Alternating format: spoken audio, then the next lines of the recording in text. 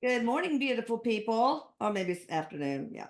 We have the wonderful Liz Cross here, and she cannot reveal her identity because she works on a lot of very big police cases and all that kind of stuff. And she don't want to get murdered in a dark alley. So her identity must be protected. She is really good at remote viewing and of course so many other things.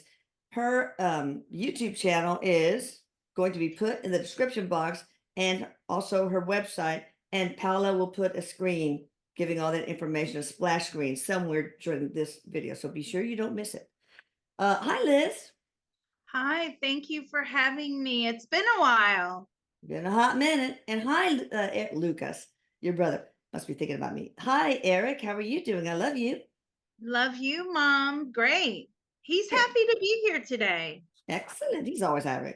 All right. Mm. We are going to talk about fire. I was always fascinated by fire. In fact, I like used to get together with my kids in the front porch and make little fires and cool stuff like that. Work with chemistry sets and put sodium in the air to explode. It's just I just love that. I'm a little arson, I guess. Anyway, and my kids love it too.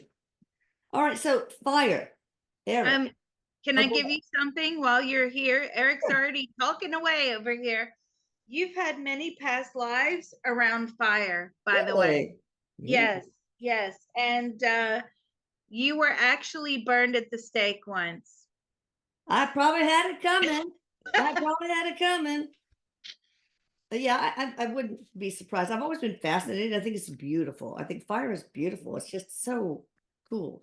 But my first thoughts about fire was, gosh, I could see it, but I can't really grab it and put it in a basket or anything. It's just so enigmatic. All right, first question. Does fire have a consciousness? And Absolutely. and you're gonna probe that. Which is the most powerful element, water or fire? Paper, scissors, rock. Which is the most power? Water. Water because it can put out fire. Yes, it can put out fire, but it's also a lot more powerful than we really know.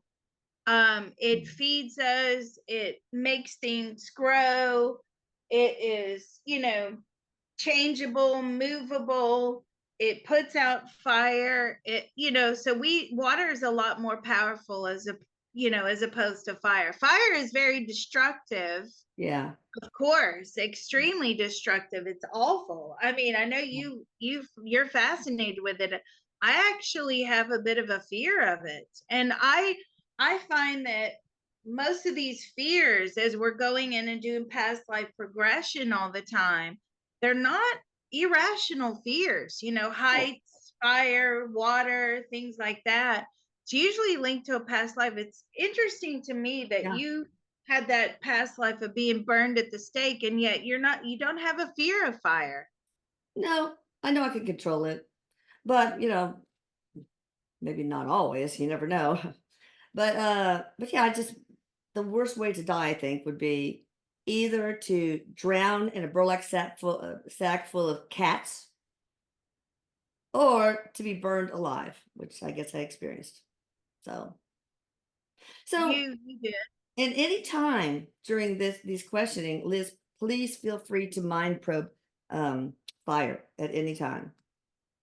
Okay, yeah, I'm doing that now. I've grabbed fire as an entity and I'm probing it as a consciousness.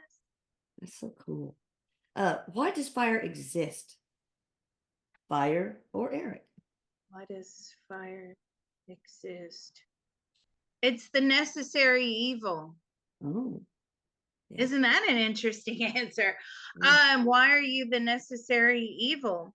Because it was needed for evolution, for human evolution here on the earth plane to speed things up, to make our consciousness grow, to become, more industrious. But it's also extremely destructive when misused. Oh, yeah. I mean, we needed to cook, but we don't have to. We can salt and preserve, different things. We need it to keep warm, but we can always live in places that you don't need to be kept warm or just wear more clothes. But when it comes to like smelting and the industrial age and all that, of course, you need fire to as an important part of commerce and manufacturing. Mhm. So, right? Yes, absolutely. That's what I was getting. It was a very, very important part of being industrious. Mm. So powering things, Yeah, providing energy to make things go. yeah, Definitely. yeah. So I think the most important thing for fire though is when you have a string and it starts unraveling at the end, and you have to use fire to burn it so it doesn't keep unraveling. That's the one most important thing. The fire. I'm just kidding. That's so funny. All right. Um, Yeah, go ahead. but it has a lot of uses. It Yeah. it definitely does. And obviously when we started using fire to cook with, we changed the chemistry of the food. Well, that was necessary for our evolutionary process going forward, and changing, our digestive systems and Mm. changing things. It made things a lot easier. Whereas before, it would take a long time to digest food. Oh, Uh, really? Huh. that's what I'm getting. You don't want a bunch of constipated Cro-Magnums walking the earth. Let's face it. So, how was it created? I mean, there had to be a first time that a man made fire or saw fire. Maybe it was already existing and he put a branch in, and I don't know. How did that go? Oh, that's a good question. Let's ask. So the first time man used fire. Okay, so fire was seen through a lightning strike. There was a lightning strike, there was early man. What I'm getting is that, it caused the woods or the wooded area to catch on fire, and it fascinated humans. Yeah. They'd never seen it before. A very small tribe of humans. Where Hmm. was this? Was this in sort of Russia, or this was down in Africa? Okay. Okay, so I find that we most of the time have originated from that African region, that Sure. area, and then we've migrated upwards. So it was a lightning strike, and that lightning strike was intentional to create fire. That was to bring Mm. about the evolution, the evolving of the consciousness.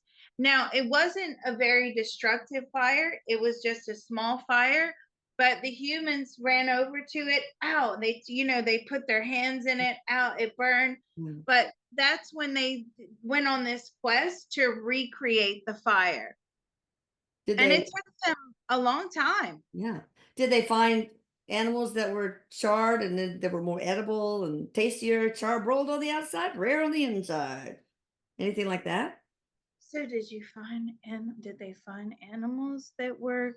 No, they actually didn't at that point. This first tribe, they recreated it, but this became like the source of competition as well. Whoa. They, Yeah. all the men of the tribe are trying to recreate, and of course, here's where we see the banging of the rocks, the rubbing of sticks.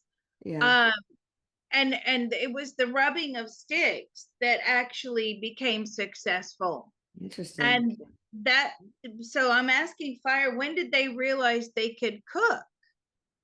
That was quite early on, that achievement. So Okay. as soon as they learned how to build the fire, they wanted to keep the fire going. They became perfectionists at building the fire.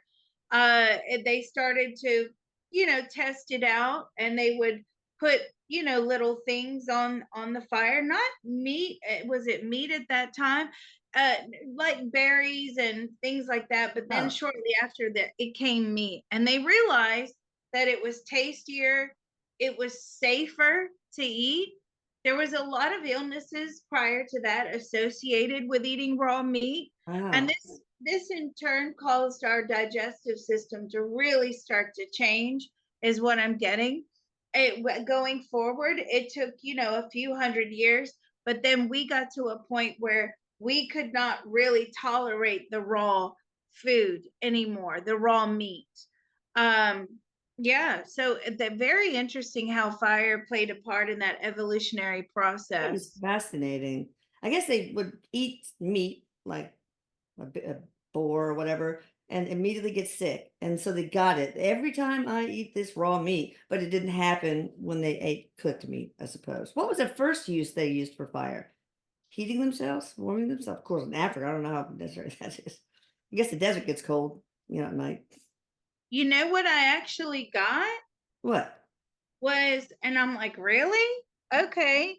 Uh, burning their hair. Really? Yeah, so they were giving themselves like haircuts Oh with no. like a little, like the singe or the end of Yeah. a stick that is burning. And they Interesting. were holding their hair and they started giving themselves haircuts. Because at That's that time, they cool. didn't have really the sophistication, like the tools and the knives. They've not done haircuts prior to that, That's apparently. fascinating. And then when in the sequence of the uses, when did they use it for lighting? Oh, when did they use it for? That was came shortly after they realized that, they could use it for light. Obviously, there was a lot of trial and error Yeah, around it. They didn't know what the smoke was. They actually thought the smoke was a byproduct of like a god or a gods. I bet. Yeah. So they used to read, Spirits, yeah, yeah. yeah, yeah, they used to read the smoke and believe that the smoke had messages for them. That rings so true. Why does fire create pain for physical beings? Or is there such beings that live in fire? I know there's archaeobacteria that live in lava or something. I can't remember the name exactly, but are there beings that can live in fire? And why do we have to create pain? Ooh, I mean, get pain from fire. let's see. Are there beings that can live in fire?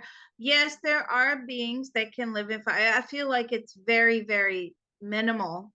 Yeah. And even when it gets to a certain temperature, they can't live and withstand those temperatures. And why do we have to have, why is fire painful? Because there's light and dark in every Yeah. usage, there's light and dark. There's always, it's like childbirth. Yeah. Childbirth is wonderful. Ask any mom how painful it is. I Right? know. Really. So, but fire can burn a forest like they did in front of those Neanderthals or whatever beings they were. So, of course, they're going to burn nerve endings. That's, of course, going to cause pain. Also, I mean, there's the spiritual explanation and the physical explanation. Yes, and they actually didn't believe the two were separated at that point. They believed that fire was very spiritual. Mm. And, if you did get burned, that maybe you were not being favored by the gods or the Oh, universe or the ancestors. At this time, I'm getting that it was really about the ancestors and sort of like the nature kind of spirits as well. So the god of wind and the god of water, oh, yeah. the god of the sun. And so that's kind of the era that I'm picking up. Okay. But fire was extremely spiritual. Yeah. I can imagine. They did dances around fires and all that. So, where were these beings that could live? Where are or were the beings that could be possibly living in fire? They're microscopic. Oh, okay. On Hmm. Earth, like the archaeobacterium bacterium or something. I can't remember, but it lives in lava. Okay. I'm gonna look that up while Um, I ask the next question.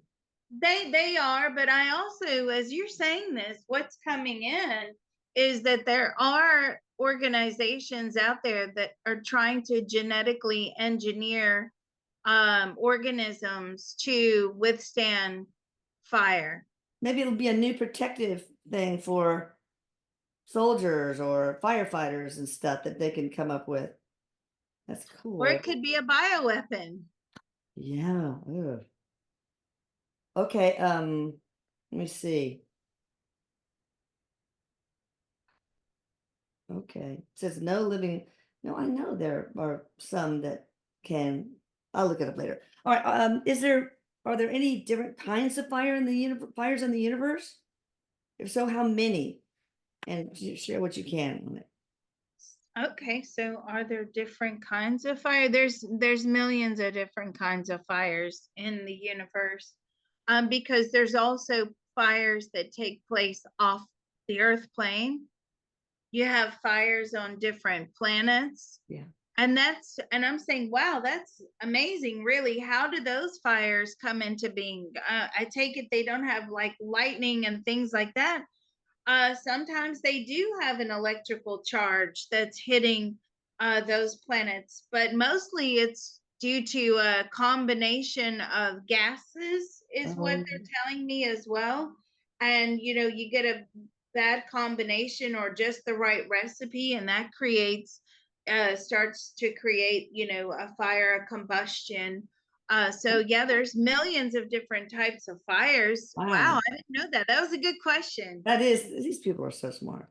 Are there beings that are connected with the element of fire, such as those that are called fire elementals? And if so, where do they exist? That are associated with fire, like the elementals. Okay. So where do they exist?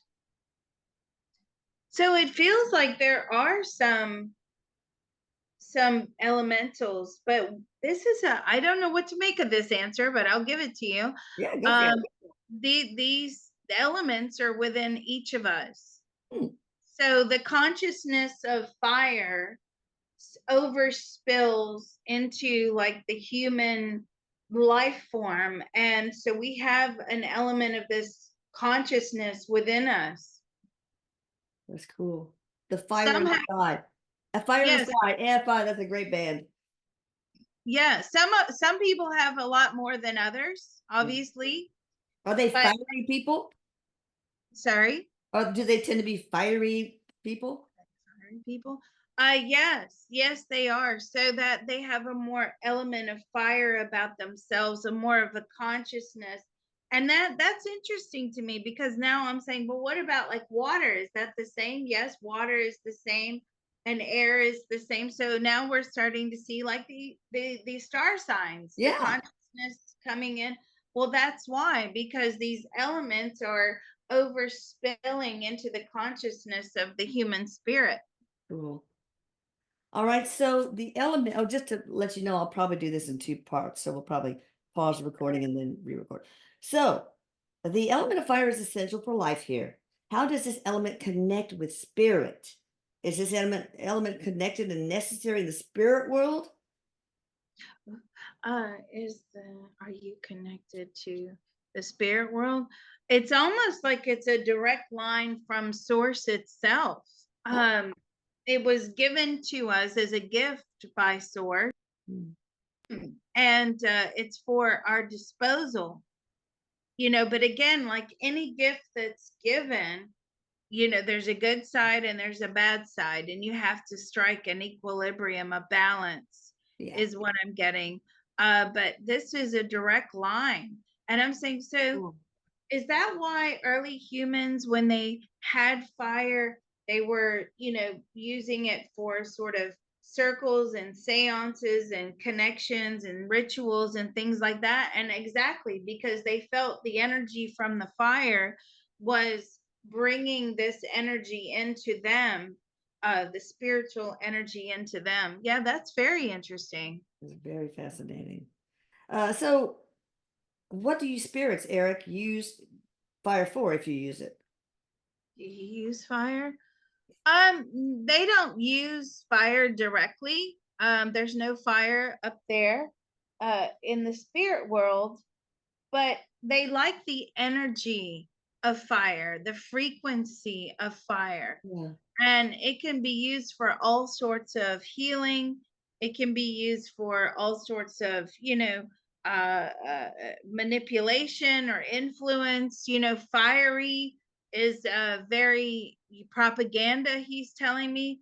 So that's interesting. With your scalar, do you come across like different wavelengths that you tap into? Oh, Maybe you yeah. can tap in. And What do you find well, with that? for a couple of things I'll just share is we use the blue fire flame of justice shield to protect an entire household or life forms, the house, possessions, land. And we also tap into the holy fire violet flame shield, or the holy fire violet flame. So, and we use that to help heal and to protect. Can you tell us like what does the violet flame in your experience, what does that do? Well, it helps with healing, but mostly I use it for protecting. I have 5 shields. I put at least 5, maybe more. I have to count. Anyway. Okay, this is another interesting one. Are there any other uses of fire in other ET civilizations other than what we on Earth use as practical uses? So Ooh. do ETs on any other planets use fire for reasons other and in ways other than how we use Earthlings use it? Wow. Okay. So for this one, I'm grabbing the entity of Bashar and I'm getting, Oh. yes, they use it for war. Mm.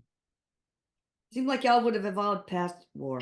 I know what you think, Mm. but I do feel it's going way back. And what he's saying to me is that the heat from fire can destroy energy or disperse energy. And Mm. of course, up there, because a lot of it is energetic beings, energy frequencies, and things like that, that's why they would use fire as a weapon. They don't use it as much now, but certainly in times past, they did. Fascinating. Well, of course, you can't destroy energy, but you're right. You can transform it and disperse it, and that's what Mhm. they used it for. I disperse you with this fire, enemy. All right. Cool. Thank you, Bashir. If you're born in the fire element sign, what is the most important thing you should be careful about? Oh, if you're you should be careful about being too fiery, lack of empathy, and too fiery.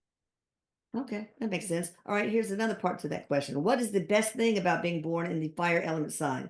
Like the best abilities?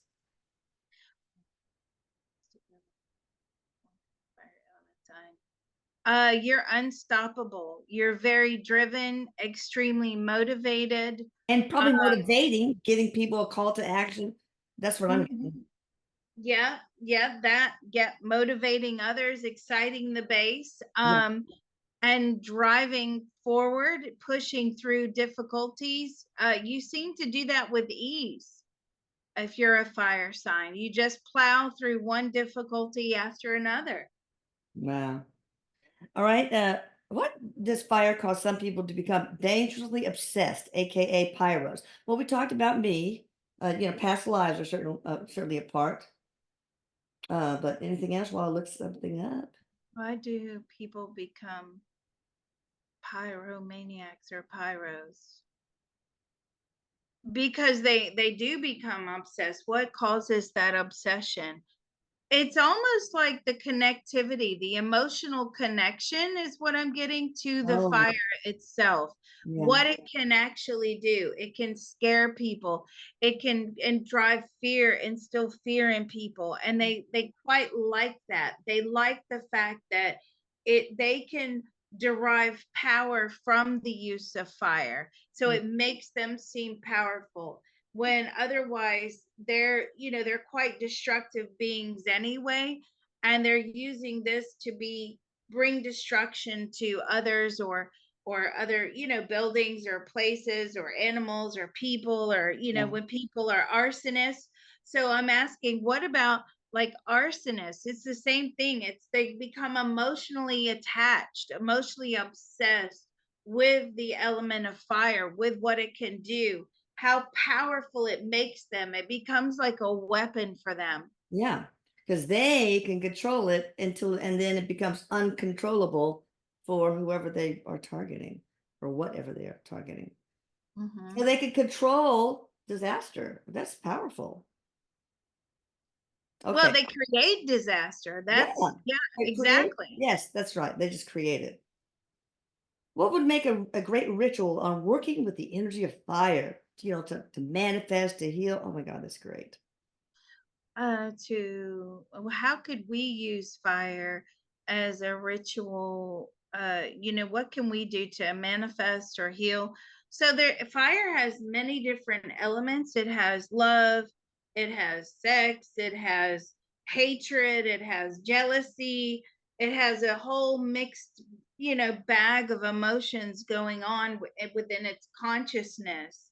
And you want to really pick through and take those powerful positive ones and then use those to your advantage. So you draw those emotions, those positive ones in, you leave the negative ones where they are, and you use them in a positive way. So like you do with your violet flame. Yeah, that's good. All right, I Mhm. think we will close part one. You guys hit the notification bell. Get in touch with Liz. She has a great YouTube channel, which we'll put across the screen as well as her website. And she does so many mind probes. Tell us some of the cool recent ones you've done. We did Princess Kate or Catherine. Yeah. Uh, after she's not well, and there was that Yeah. whole Photoshop thing. We've done political leaders. We we do everything. We do as much as we can without getting thrown off YouTube. Yeah. The Miami Mall aliens. Oh my God. There's so much you've done. That's so cool. Thank you, Liz. Thank you, Eric. Thank you, Fire. Stay right there. We're not finished with you. All right. Bye, everyone. Bye.